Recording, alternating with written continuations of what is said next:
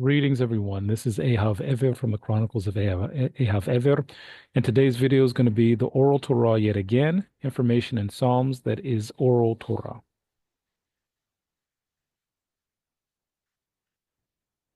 So, as I've told you in previous videos, I've done a number of videos about things related to the Oral Torah. And, this is just a small list of them. I'm going to put in the description below basically a playlist that I've come up with for the Oral Torah.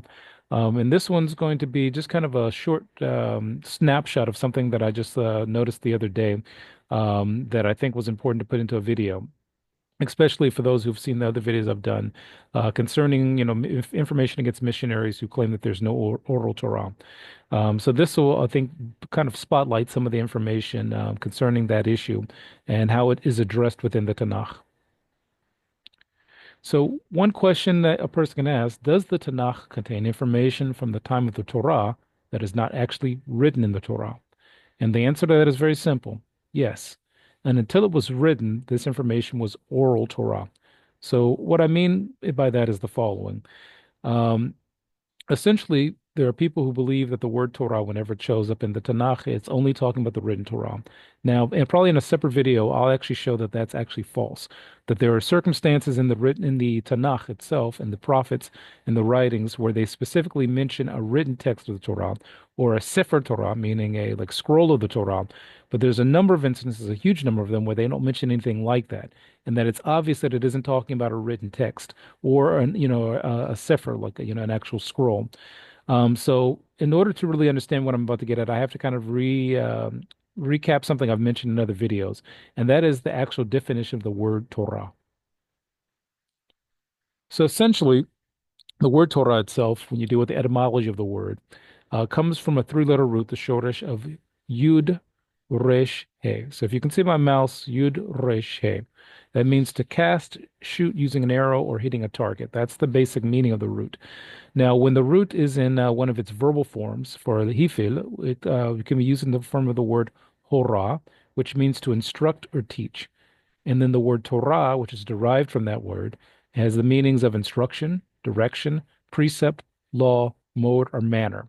And the idea being that if the root itself is to cast or shoot an arrow, that the goal of instruction, direction, or having a precept or a law or a mode of manner of something is to hit a certain target. Now, this is backed up when you look at dictionaries like the Jastrow Dictionary, that also shows that the word Torah, the meaning of it is teaching or law, and then one of the some uses of the law of Moses or the Torah Moshe, as you often hear me say in other videos, especially my older videos, or the basic another meaning is a definition, designation, character, or nature of a thing. Okay, so these are the basic meanings of the word Torah. So when someone kind of gives you this idea that the word Torah means specifically a text, that the five books of Moses, that's the meaning of the word Torah and that's it. That's actually not true, and that's based on the Hebrew language itself. Now, when dealing with the actual written text of the Torah, I think that one of the things I've noticed sometimes when missionaries talk, they almost talk as if, for example, the translations into English are the Torah. For them, it often seems that that's what they're pointing people towards. The reality of the matter is that what you see before you in this particular picture is a sofer, a scribe of Yemenite origin, of ancestry, writing, not writing, but actually copying a Torah, meaning that he's taken a Torah that's considered kosher within the Jewish community, and he's basically copying it letter for letter, word for word, space for space, exactly as the previous text was copied for itself, or the way it is presented in the text. And this is something that's been going on for thousands of years within various Jewish communities, and that's why when you take Sefer Torahs from different communities and line them up, the differences between them are very minimal, especially when you look at the separation between Jewish communities at many levels is between about 2,500 years for some communities, and then maybe within the last like couple centuries or before for certain communities, which is an amazing feat to have, a situation where Torah scrolls are the same or predominantly the same. I would say like almost like 99% or 98% the same, with only 14 differences out of about 300,000. I believe it is like letters, if I remember correctly. So essentially, to have that, be the difference, between communities that have had A large amount of separation between them is an amazing feat to have accomplished. So when we talk about the written Torah, this is what we're talking about. And again, as I've pointed out in other videos, this is a written Torah that has no, vowel markings in it because at the time of the Torah, there were no vowel markings used. Everything was all oral, meaning that the language itself was taught orally, the meanings of words was orally, and the pronunciation was all oral. So the following are a couple of examples of some of the oldest Torahs that I could find, pictures of on the net. The one in the middle being one that's, I think it's maybe close to like 1,000 years old, if I remember correctly. It could be around like maybe 800, but it's close to 1,000.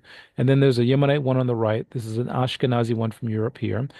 This one, I believe it was like from the different part of the Middle East. Maybe it was like from Kurdistan. And I think one of these may have been from Libya. I forgot these two exactly their origin. But you can tell by the type of parchment that is used to like write them on that it's an older, like, Torah scroll. Some of these can be several hundred years old. In my community, we had one that was about 200 years old. And this is when we talk about the Torah, this is the text, not a translation of it. This is the text itself.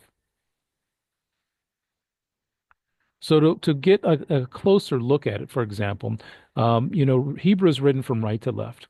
Okay, so when we deal with the content of the Torah, the content is fixed, meaning that the written Torah itself has a fixed nature, and that's true for every Jewish community. Essentially, someone is not allowed to add words to it or add a different structure to it. So, for example, if I was like a sofer, a scribe, and I was transcribing, or copying this like Sefer Torah that you see before you, which I think is a couple hundred years old itself, to like to a new one, if I was copying this one, I would have to basically line everything up and write this exactly the way you see it here, going from word to word, from line to line. Every detail is something that I'm supposed to copy, which generally means that it takes about a year to copy a Torah scroll, and it's checked, very meticulously, which includes the person who's transcribing it, checking it over and over again, as well as nowadays with computers, you're able to run it through a computer scan and have it checked. And then throughout the Jewish year, it's read over and over and over again continuously, and and after that, and after year after year, so on and so on, like generation after generation. And that's how we know that these are like correct Torah scrolls, for the text. This is another example. And essentially, like I said before, the text is fixed, but the claim that we have as Torah-based Jews is that this is the written text that came about before the death of Moshe Rabbeinu, of Moshe ben Amram, or people who call it in English Moses, and that he was commanded by the Creator of all things to, create the text. And basically, the text was dictated to him, meaning that Hashem, the Creator of all things, told Moshe Rabbeinu exactly word for word what to put, exactly what kind of spacing to put there and how far each like, line is supposed to be. So this structure here, as we see it, the claim that we have as Torah-based Jews is that this is the same structure that Hashem gave, and that the written text was fixed in that way. So a person can't add words to it or subtract words to it.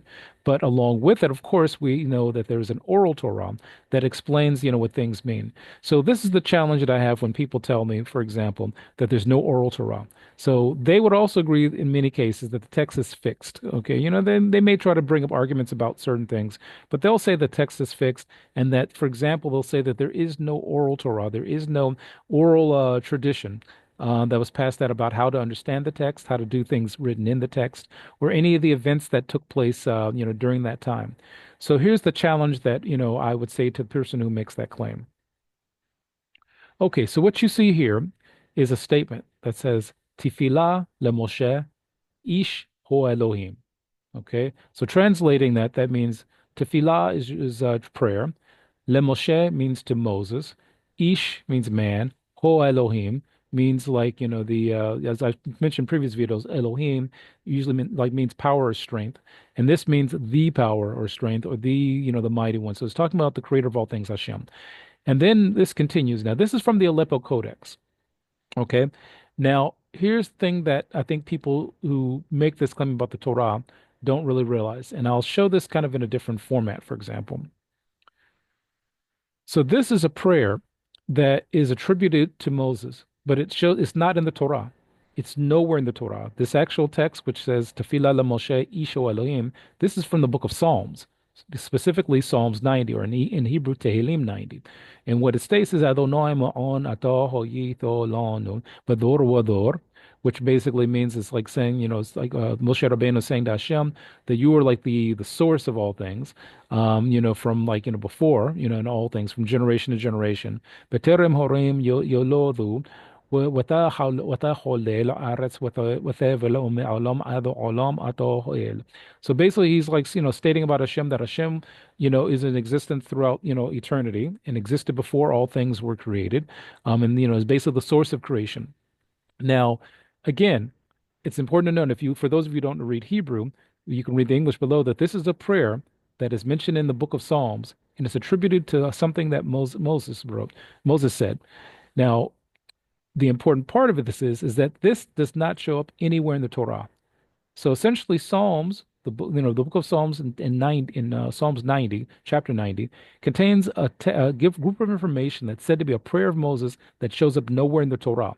So, in fact, if you go further to this, if you look in the Tanakh itself, prior to the book of Tehillim, if you look from Joshua, Yehoshua ben Nun, all the way to every text before that point, it's never mentioned anywhere else that this is something that Moshe Rabbeinu said.